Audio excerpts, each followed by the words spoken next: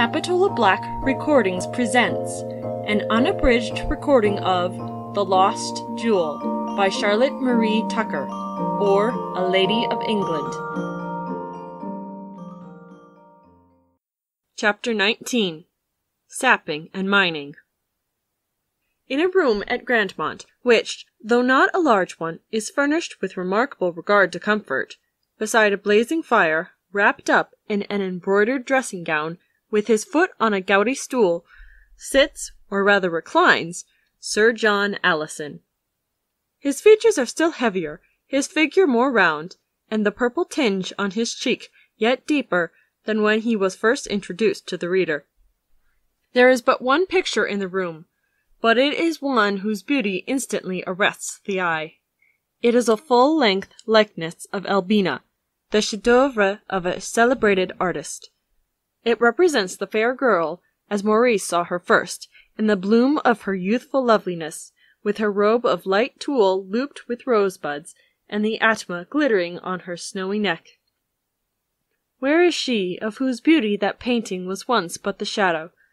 The rosebuds on the canvas fade not, the blush on the cheek grows not pale.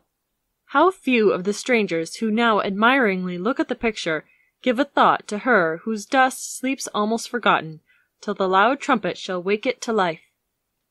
Even he who once vowed that he would barter life for her smile, now a happy husband and father, scarce wastes a passing sigh upon the memory of her who was to have been his bride. O earthly love, precious as thou art, more precious than all else that is not of heaven! Poor indeed should we be if all our hopes and joys were bounded by thee. Sir John is not sitting alone. A thin-featured man of middle age, bronzed by exposure to a tropical sun, with reddish whiskers and moustaches, is seated at his side, and has been for more than an hour diverting the irritable invalid by stories of Indian adventure. Mr. Glidden is not only a good storyteller, but a good listener also, ready to laugh at the poorest joke, to find wit in the most common observation, and to discover that, on every imaginable subject, his own opinions are the very counterpart of those which the baronet expresses. "Things are very different from what they were in my young days," said Sir John peevishly. Glidden pressed his lips together and looked grave. "I remember the time when all the country about Grandmont was one thicket, not a house to be seen for miles. The road was so dangerous from highwaymen that travellers usually made up a purse as a regular toll to the robbers. Those were jolly days for the huntsmen. My father kept the best pack of hounds in the county. I remember when I was a little chap, not higher than that screen, watching the horses leaping the stream just below where the bridge stands now. There was no bridge then, and laughing to see my tutor, who had taken a fancy to try the sport, part company with his horse and come floundering down into the water." The old gentleman chuckled over the remembrance. Glidden laughed and showed his white teeth, as if the misadventure of the tutor were the funniest thing in the world. "But those days are past. I don't go much to London now, but I think that London is coming to me. There's not a time that I drive up to town but I see new houses rising, brick terraces and cockney villas. The building is the mania of the age." "The curse of our time," exclaimed Glidden. "And as if that were not enough," grumbled the baronet, "we have every now and then a van full of cockneys coming to picnic close to my grounds, till I sometimes wish that I could put Grandmont Hall itself upon wheels and roll it away beyond reach of the canal." Glidden's little acquiescing nod seemed to say that nothing could be more desirable. "In short," continued Sir John, "everything is changing, and not for the better, but the worse. There's nothing improves by time, unless it be," he added more gaily, "the good port wine in my cellar." "I never tasted such port in my life," cried Glidden, with the gusto of an accomplished bon vivant. "Ah, you know it is good. You're a man of the world," cried Sir John. "There's no saying what the port has done for me." Anyone might have known by one glance at the gouty foot and the bloated features. And yet Maurice has had an absurd fancy put into his head by some idiot of a doctor that I ought to put myself on an allowance and not take more than 2 or 3 glasses a day." "You should never stop short of a bottle," said Glidden with an air of decision. "You think so?" "I don't think, I'm certain of it. I've seen a good deal of life, and I'm positive that nothing strengthens the constitution like a bottle of port. In some cases I should recommend 2. "You're a sensible man," said the baronet cordially. "But Maurice—" "Maurice I should consider an incipient teetotaler." "Not quite so bad as that," said Sir John, who held the water-drinking race in abhorrence. "By the by, what has come of Maurice today?" "He has gone to see his most valued friend." "Whom may that be?" "Your Victor, Dr. Manton." "He's no friend of mine," said the baronet testily. "He's one of your sour Puritans, who chooses to consider every harmless amusement as a sin. I never liked the man." Of this fact Mr. Glidden was perfectly aware. "He seems to have great influence," he remarked, "over your nephew." "Fancy," continued the baronet, without appearing to notice the observation, "fancy the old doctor's wanting me to give up my great square pew and cut it down into 6 little ones, the pew which my family have owned for centuries." "Is it possible?" exclaimed Glidden, elevating his red eyebrows with surprise. "As if, too, a large pew were not absolutely necessary in a crowded church like ours, to keep one from being crushed and elbowed by the mob. Not that I ever get to church now myself, but the large square pew marks the ancient family. There's too much levelling in these days. One must make a decided stand against it." "I'm afraid that your nephew does not share your opinions. He intends some day to turn all the pews into free seats." "He intends!" exclaimed Sir John, turning suddenly round with a look of mingled astonishment and indignation. "I may have mistaken our cousin's words. He may have said that they ought to be so turned some day." "Let him catch his hare before he cooks it," muttered the baronet, who was by no means free from the jealousy which some men are apt to regard their heirs. This jealousy it was the object of Glidden cautiously and insidiously to foster. Ever since the baronet's cousin had set foot within Grandmont Hall, he had been playing a deep and subtle game, which, if he managed his cards adroitly, might result in altering the succession to the estate. The first thing which he attempted was to gain the confidence and learn the weak points in the character of the young relative whom he deliberately designed to ruin. The confidence of Maurice Somers Glidden could not succeed in obtaining. The natures of the 2 men were so essentially dissimilar that an invisible but impassable barrier seemed ever to be raised between them. Maurice was not deceived by the insinuating address, nor won by the flatteries of his cousin. But the young man was not so cased in prudence, so guarded in his intercourse with his rival, that he presented no point where the shaft of envy and malice might penetrate. Maurice was, as might be expected at the age of 18, a little jealous of his own independence, and sensitive as to the construction which might be put upon his motives. Glidden saw that the young man was bound to his uncle by the double tie of interest and gratitude. The latter was, to a generous spirit, the strongest, but the artful Glidden chose to ignore it altogether, and to make Maurice, as far as possible, appear in his own eyes as the time-serving parasite of a wealthy tyrant. There had never been congeniality of disposition, nor interchange of affection between the uncle and the nephew. Maurice's dependence had ever been a yoke. It was the endeavour of Glidden to make him feel it a degrading burden and intolerable chain. On the one hand, he artfully placed the character of Sir John before his nephew in the most unfavourable light. On the other, he stimulated the baronet to be more unreasonable, jealous, and exacting than he had ever appeared before. Glidden carefully brought forward in conversation every subject on which there was any probability of a collision between the sentiments of the clergyman's orphan and those of his purse-proud benefactor. Maurice possessed that same sensitiveness of feeling which makes some men hold back from any attempt to win the favor of an heiress, simply because she is an heiress. He was, perhaps, less attentive to his rich old relation than gratitude demanded, because he feared that his motives might be mistaken, and the smallest neglect on his part was skilfully turned to his disadvantage. Glidden had done much during his visit to supplant Maurice in the favor of his uncle, but he found that he had not yet done enough. The time of his own sojourn in England was drawing to a close.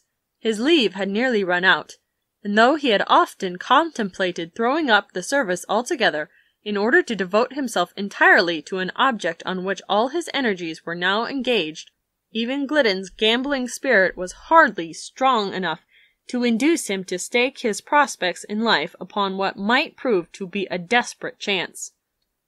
Sir John still, perhaps, cared more for Maurice than his selfish heart had cared for anyone else since the death of his only daughter. As Glidden's time grew shorter, his efforts became more studious. He studied the baronet's moods, humoured all his caprices, and bore, with exemplary patience, all his ebullitions of temper. Glidden's sycophancy disgusted Maurice, and made him shrink more and more from meeting his dangerous rival on the low ground of flattery and fawning. He could not enter on such a contest for the favour of a worldly and selfish old man. Sir John was offended by a reserve founded on feelings which his coarse nature could not understand, and when, a few minutes after the above conversation, Maurice entered the apartment, he was received with a coldness which made him aware that he had to thank Glidden for no friendly offices. "Where have you been, Maurice Somers?" The question was asked in a querulous tone. "Only to Dr. Manton's. His son, the missionary from Africa, has just returned, and—" "He'd better have stayed there to preach to the blacks. Nobody wants him here. We've enough of his canting family without him." The blood rose to Maurice's brow, and all the more so because Glidden laughed, as if enjoying the wit conveyed in some delicate satire. There was more haughtiness than was becoming in the manner of the young man as he replied to his uncle, "Dr. Manton was a valued friend of my father, and I hope that his son may be mine." "I suppose that I may have a voice in the matter, sir," said the baronet angrily.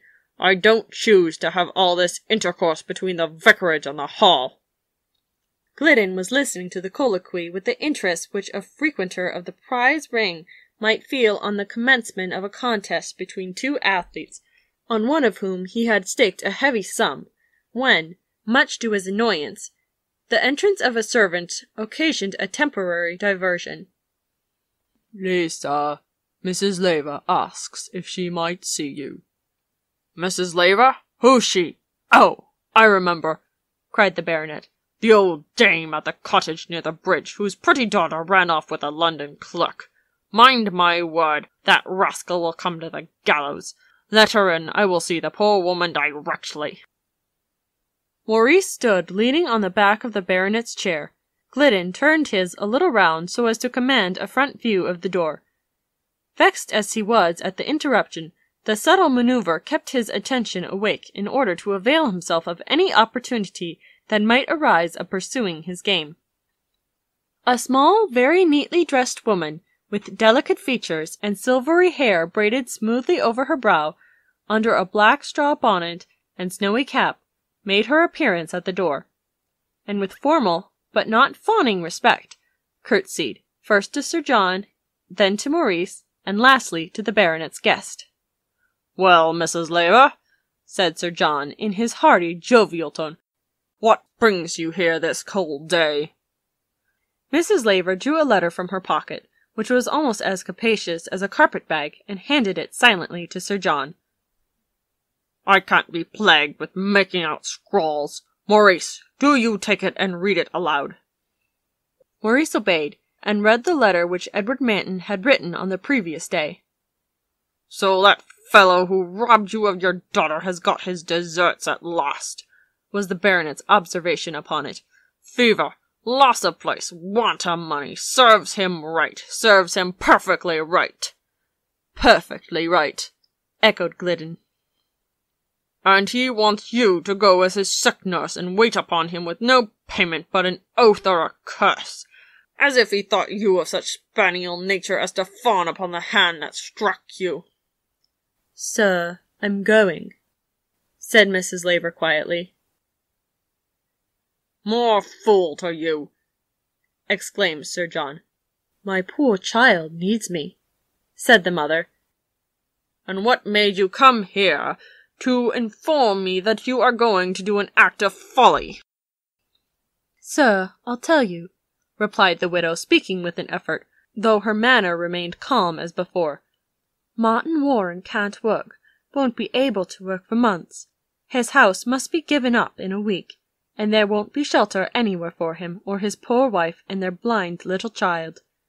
Except the poorhouse, suggested Glidden, taking his cue from the baronet's face. Mrs. Laver proceeded without taking any notice of the interruption.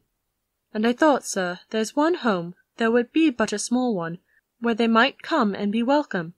You don't mean, cried Sir John, to take the whole family in, to be eaten out of house and home? To share my crust with my own child, murmured the widow. And I thought, sir, perhaps, sir, she continued, folding her thin hands and instinctively looking to Maurice for encouragement, as I've been your tenant for so many years, never failed in my rent, paid to the day, and served the family since I was a girl, perhaps you would kindly help me with the expense of the move, and that of supporting so large an addition. Well, after the manner in which you have been treated, I cannot conceive what should induce you to give another thought to that Warren. I should look upon him as an enemy. There is one who bade us love our enemies, said the widow, and sure he set us the example, for he gave his life for his. Sir John greatly disliked reference to the Scriptures, though he professed the greatest respect for their authority and regularly subscribed to the Bible Society. His tone was intended to put down cant as he replied to Mrs. Laver, "Let's keep to the business before us. If you choose to receive back your daughter, well, I've no objection to that. Nor to you taking in the blind child that you mentioned, I have no objection." And here the air of a patron was graciously assumed. "I have no objection to assist you in meeting necessary expenses. But we must understand each other, Mrs. Laver. I will have nothing to do with the man. If you bring into the parish that sceptical, dangerous, democratical dog," the baronet's voice rose to an angry pitch, "you shall not have a farthing from me. I'll throw the whole family overboard." "It must be clear to you, my good woman," observed Glidden, "that it will be of the greatest advantage to your daughter to be separated from so unworthy a husband." "Sir," replied the widow respectfully but firmly, "I will never be the one to separate husband from wife. I did all that I could to prevent the marriage, but my daughter having once vowed before God to take Martin Warren for better, for worse, for richer, for poorer, even till death should them part, the Lord forbid that her mother should tempt her to break that vow or neglect her duty to her husband." "Right, right," exclaimed Maurice warmly. "It must be a singular perversion of mind, my good woman, that prevents your seeing the wisdom of the course which Sir John so kindly recommends." Maurice fixed his flashing eyes upon the speaker. "Sir John," continued Glidden, "has at heart the welfare of his tenants. He would not let loose a wolf in his flock. He would guard the simple-minded people who look up to him as their best guide from the corruption of infidel principles. Sir John would—" "Really, sir, my uncle does not require your prompting," exclaimed Maurice, whose pent-up dislike of both flattery and the flatterer found sudden vent in an unguarded moment. The baronet's anger flamed up at once. Turning in his chair as well as his gout would permit him, he rebuked his nephew sharply, in the tone and manner which he might have silenced a forward schoolboy. Maurice's blood mounted to his forehead. He bit his nether lip, and his impulse was instantly to quit the room. If the young man did not follow that impulse, it was not worldly wisdom that restrained him. Perhaps the anxious pleading look of the widow was not without its effect. "And now, Mrs. Laver," said the baronet, turning again towards the meek supplicant, "you have my final answer. I will only assist you if, as my friend here figures it, you shut the door of the fold against the wolf." "Might it not rather be, sir, to shut the door against the wandering sheep, guided back by the rod of the merciful shepherd who willeth not that any should perish? My duty seems to me a very plain one, and my good pastor sees it just in the same light, for I have been over to the vicarage today. I must give help to those who want help, and leave the rest in the hands of my lord." The reference to Dr. Manton's opinion was unfortunate under existing circumstances. The baronet was little likely to be propitiated by knowing that, while only pecuniary assistance was asked from him, the pastor was sought for counsel and advice. "I've done with you, I've done with you," exclaimed Sir John with an impatient wave of the hand. The widow silently and sadly again dropped her curtsy to each of the gentlemen, and then, with a stifled sigh, quitted the luxurious apartment. She was immediately followed by Maurice. "What has that insolent boy gone out for?" said the irritable old man to Glidden. "To win popularity with your tenants, dear sir, by showing how generous you can be with your money to those who have come under your just displeasure." Sir John uttered something resembling a growl, but made no more intelligible comment upon Glidden's kind and disinterested observation. Thank you for listening to Capitola Black Recordings. I hope you have enjoyed this recording of The Lost Jewel by Charlotte Marie Tucker.